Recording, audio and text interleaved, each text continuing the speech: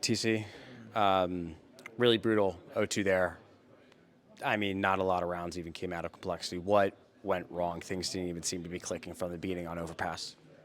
Yeah, I think MOUZ played really well, and we just couldn't really get any breaks. And the longer it continued, the more it felt like we can't beat them. And we stopped talking, and we got negligent, and we were trying to rush ourselves to get rounds when we did get any breaks. So honestly, felt like we were the more inexperienced team in that one, and it felt like we weren't even playing like 10% of the level that we showed yesterday.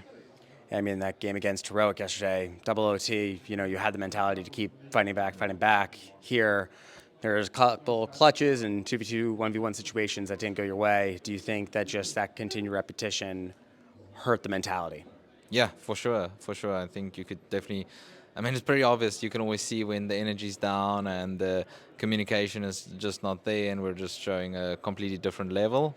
And then, like that, obviously reflects in the gameplay as well at the end of the day. So, yeah, I think just the fact that we had bad starts on both maps, and then just that we couldn't get any breaks, obviously just put us in a very bad mentality that we couldn't dig ourselves out of. I mean, when you are getting into that kind of mentality, isn't it kind of on the leaders of that team to be able to step up and try to reverse that course? 100%, but you can only do so much when you have a couple of timeouts and you can speak for 30 seconds, right? Or you have a halftime talk and you can try to get people back on board. But other than that, you can't speak for anyone, right? And what are you going to do? Find someone if they don't speak? Is that what we're going to resort to? Like, really? Like, oh, you don't speaking, you're not calling where they are, you're not being precise, you're not calling the little details that you usually do. What are you going to do? Find someone? No. So that's on the persons, that's on the individuals that need to do that at the end of the day. People need to decide that, hey, I'm going to do this to 100% of my ability every fucking round. Not just when I want to or when I feel like it. So, yeah. And do you feel at all that there was any mistake with the veto going with overpass there? No, I mean, it doesn't matter what map we played. If we played like that, we would have lost the same way. Overpass ancient, doesn't matter. Doesn't matter what map we played. When you play to that level, you're going to lose. I mean, coming out of this game immediately, are there any takeaways that you're now going to be, trying to look back on? You have an early night, I guess. You'll be able to practice, most likely playing Vitality tomorrow. That's obviously going to be a really tough matchup. And another one, how do you avoid a repeat tomorrow? Well, obviously, yeah, we have to go and look back at these games as well. Like I said, like as much as we didn't show up, they also did play very well. So there's obviously takeaways that we have to go and review and see what went wrong and see what we could do better. But I mean, other than that, yeah, it's pretty much review. We have debriefs after every game, whether we win or lose. Like, it's a consistent process, and the whole goal is just to evolve at the end of the day and be better, right? So yeah, that's what we'll do. We'll stick to our guns. We have our system in place. So we'll just go back, we'll debrief, and we'll figure out the plan for tomorrow.